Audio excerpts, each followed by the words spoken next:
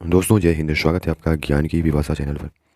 अगर आपने अभी तक चैनल को सब्सक्राइब नहीं किया है तो चैनल को कर लें सब्सक्राइब और बेल आइकन को प्रेस कर लें ताकि चैनल से संबंधित सभी तरह की अपडेट्स आपको मिलती रहे। दोस्तों आज के इस वीडियो में हम बात करेंगे उत्तराखंड के उत्तरकाशी जिले में टनल में 17 दिनों से फंसे 41 मजदूरों के सुरक्षित बाहर निकलने के बारे में।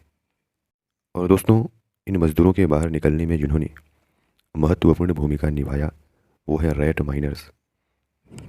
तो हम जानेंगे कि ये क्या होते हैं रैट माइनर्स और एनजीटी यानी नेशनल ग्रीन ट्रिब्यूनल ने क्यों इन पर प्रतिबंध लगाया हुआ है। तो आइए वीडियो को शुरू करते हैं और आगे बढ़ते हैं।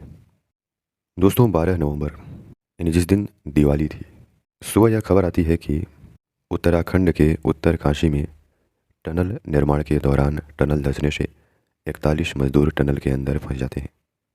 अब इन मजदूरों का पता चलने के बाद उनको बाहर निकालने के लिए सभी तरह के प्रयास शुरू हो जाते हैं। एनडीआरएफ, एसडीआरएफ जैसी तमाम एजेंसियां प्रयास करने लगती हैं। कई तरह की ड्रिल मशीनें मंगाई जाती हैं, यहाँ तक कि अमेरिकी ऑगर मशीनें भी लगाई जाती हैं। लेकिन कामयाबी न मिलने के बाद अंततः रैट माइनर्स की मदद ली जाती है। और इन रैट माइनर्स के बारे में कहा जाता है कि इस तरह की खुदाई पर एनजीटी यानी नेशनल ग्रीन ट्रिब्यूनल ने प्रतिबंध लगा रखा है।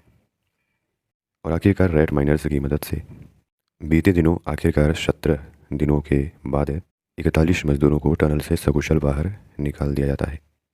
उसके बाद से ही रैट माइनर्स काफ़ी चर्चा में है। तो आइए अखबार में छपे एक एडिटोरियल्स के माध्यम से इनके बारे में जानने का प्रयास करते हैं। उत्तराखंड में शिलकयारा टनल के आंशिक रूप से ढह जाने पर 17 दिन तक 41 मजदूर इसमें फंसे रहे, जिसके बाद माइनिंग के 2 वैज्ञानिक तरीके यानी वर्टिकल ड्रिलिंग और हॉरिजॉन्टल ड्रिलिंग के माध्यम से उन्हें नवंबर यानी 28 नवंबर को बचा लिया गया।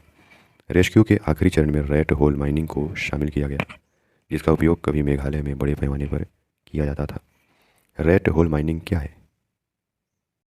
अखबार लिखता है कि बचाए गए मजदूरों में 2 मजदूर दोनों पश्चिम असम के कोकराझार जिले के रामफल बिल क्षेत्र से हैं। उनके परिवार और यहाँ के स्थानीय लोग भी रैट होल खुदाई को जानते हैं। हालांकि इसके बावजूद भी शिलकयारा टनल में अपने लोगों को बचाने के लिए ये लोग आगे नहीं आए, क्योंकि ये लोग कई अपनों को मेघालय कोल माइनिंग में गंवा चुके हैं। नेशनल ग्रीन ट्रिब्यूनल ने 2014 से रैट माइनिंग को बैन कर दिया था। इससे पहले ये 2 तरह से की जाती थी।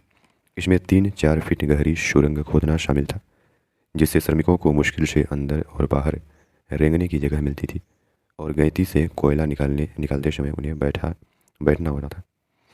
दूसरा प्रकार, जिसे बॉक्स कटिंग कहा जाता है, इसमें 400 फीट की गहराई में कम से कम 5 वर्ग मीटर चौड़ाई के एक गोल और चौकोर गड्ढा खोदा जाता है। इसमें मजदूर अस्थायी क्रेन या रस्सी और बांस की सीढ़ी का उपयोग करते हुए नीचे जाते हैं और कोयले को ढूंढने के लिए हॉरिजॉन्टल खुदाई करते हैं। यहाँ गड्ढे के किनारे से हर दिशा में सुरंग खोदी गई है, जो ऑक्टोपस के समान है। साइड कटिंग प्रकार की माइनिंग आमतौर पर पहाड़ी ढलानों पर चट्टानों के भीतर जमे भूरे और काले कोयले को देखकर किया जाता है। सवाल यह है कि इस माइनिंग पर प्रतिबंध क्यों है? 6वीं अनुसूची जो है संविधान में, उसके अनुसार सरकार का मेघालय की ज़मीन पर अपना अधिकार नहीं है। यहाँ कोल माइंस नेशनलिज्म एक्ट 1973 लागू नहीं होता। इस तरह भूस्वामी जमीन के नीचे के खनिजों के भी मालिक बन जाते हैं। 1972 में मेघालय राज्य बनने के बाद यहाँ कोल माइनिंग में तेज़ी आ गई। हालांकि इसकी टरेन और महंगी ड्रिलिंग मशीनों के खर्च से बचने के लिए इन खदान मालिकों ने रैट माइनिंग को अपना हथियार बना लिया, यानी यहाँ व्यापक स्तर पर रैट माइनिंग होने लगा। मुख्य रूप से असम, नेपाल और बांग्लादेश के मजदूरों ने 3 से 4 गुना कमाई ज़्यादा करने के लिए रैट होल माइनिंग का जोखिम उठाया, जहाँ खराब वेंटिलेशन की वजह से दम घुटने से कई लोगों की मौतें हो जाती थी। लगातार होती इन माइनिंग के कारण खेतों, कंस्ट्रक्शन साइट पर सुरक्षा और स्वास्थ्य के मुद्दे के अलावा भूमि का क्षरण, वनों की कटाई, पानी में सल्फेट, लौह, जहरीली भारी धातुएं ज़्यादा हो गई। इससे कम घुलनशील ऑक्सीजन और उच्च जैव रासायनिक ऑक्सीजन की मांग बढ़ गई। अखबार आगे लिखता है कि इसके चलते कम से कम 2 नदियाँ, लूका और मिठू, बहुत ज़्यादा एसिडिक हो गई, जो लोगों के लिए खतरनाक थी। एनजीटी यानी नेशनल ग्रीन ट्रिब्यूनल ने 2014 में मेघालय में रैट होल माइनिंग पर रोक लगा दी और कहा कि ऐसे कई मामले हैं जहां रैट होल माइनिंग के कारण बरसात के मौसम के दौरान माइनिंग क्षेत्रों में पानी भर जाता है, जिससे कई लोगों की मौत हो जाती है। मेघालय हाईकोर्ट के द्वारा बनाई गई एक सदस्यीय कमेटी की अंतरिम रिपोर्ट में कोयले की अवैध माइनिंग और ट्रांसपोर्ट जैसे खतरों को बताया गया, लेकिन इस रोक के बाद भी ये माइनिंग जारी है। दिसंबर 2018 में पूर्वी जयंतिया हिल्स, जो कि मेघालय में है, पूर्वी जयंतिया हिल्स जिले के KSAN में एक अवैध खदान में पानी आने के बाद कम से कम 17 खनिक यानी जो खनन करते हैं वो डूब गए थे। NGT के बैन का कारण क्या है? पर्यावरणविदों और मानवाधिकार कार्यकर्ताओं ने 2 दशक पहले मेघालय में रेड होल माइनिंग के खतरों को पहली बार बताया था। मेघालय में स्थित गैर सरकारी संगठन इम्पल्स के द्वारा ऐसी खदानों में मानव तस्करी और बाल श्रम के मुद्दे पर बात करना शुरू कर दिया, जिसके बाद ये अभियान और तेज हुआ। इस NGO के द्वारा तैयार की गई 3 रिपोर्ट 1 मई 2010 में नेपाल में स्थित एस्थर बेंजामिन ट्रस्ट के साथ, 2 दिसंबर 2010 में एड एंड एक्शन के साथ और आखिरी जुलाई 2011 में ह्यूमन राइट्स नाउ के साथ अनुमान लगाया गया इन रिपोर्ट में कि लगभग 70,000 बच्चे ज़्यादातर बांग्लादेश से हैं और नेपाल को इन खदानों में काम पर लगाया गया है, क्योंकि ये खदानें उनमें काम करने के लिए सही आकार की थी। राज्य के खनन और भूविज्ञान विभाग ने दावे का खंडन किया, लेकिन राष्ट्रीय मानवाधिकार आयोग के दबाव में जून 2013 में स्वीकार किया गया कि 222 बच्चे, विशेष रूप से पूर्वी जयंतिया हिल्स जिले के बच्चे, रेड होल माइनिंग वाली खदानों में काम कर रहे थे। इसके 1 साल के बाद NGT ने इस पर रोक लगा दी है। अब आगे का रास्ता क्या है? तो अखबार लिखता है कि छत्तीसगढ़ और झारखंड के विपरीत मेघालय में कोयले की परतें बहुत पतली है।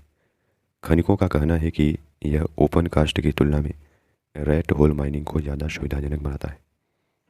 यानी ओपन कास्ट माइनिंग में क्या होता है कि खदानों यानी खुली खदान बनाया जाता है, ओपन माइनिंग, और इसके विपरीत जो मेघालय जैसे राज्यों में होता था रेड माइनर्स की मदद से, तो उसमें पहले सुरंग बनाया जाता है, फिर कोयला निकाला जाता है। राज्य के पास यानी मेघालय के पास इओसीन युग का 576 मिलियन टन कम राख उच्चतर सल्फर वाला कोयले का अनुमानित भंडार है। स्थानीय लोगों के एक वर्ग का प्रयास इतना ज़्यादा है कि राज्य सरकार पर खनन को कानूनी रूप से फिर से शुरू करने की सुविधा देने का दबाव है। मई 2023 में मेघालय के मुख्यमंत्री कॉनरॉड संगमा ने कहा था कि कोयला मंत्रालय ने 17 संभावित लाइसेंस आवेदकों में से 4 के लिए खनन पट्टों को मंजूरी दे दी है। इससे टिकाऊ और कानूनी रूप से लागू की जाने वाली प्रक्रियाओं के माध्यम से न्यूनतम पर्यावरणीय प्रभाव सुनिश्चित करने वाले वैज्ञानिक खनन की शुरुआत होगी। माइनिंग का विरोध करने वाले कार्यकर्ताओं पर खनिक के द्वारा बार बार हमला किया जाता है। इससे वैज्ञानिक माइनिंग उस राज्य में एक फैंसी टैग होगा जहां फायदे ने कोयला खनन को प्रेरित किया है। तो दोस्तों, ये इस एडिटोरियल्स की मदद से हमने रेड होल माइनिंग और रेड होल माइनर्स के बारे में जाना। आशा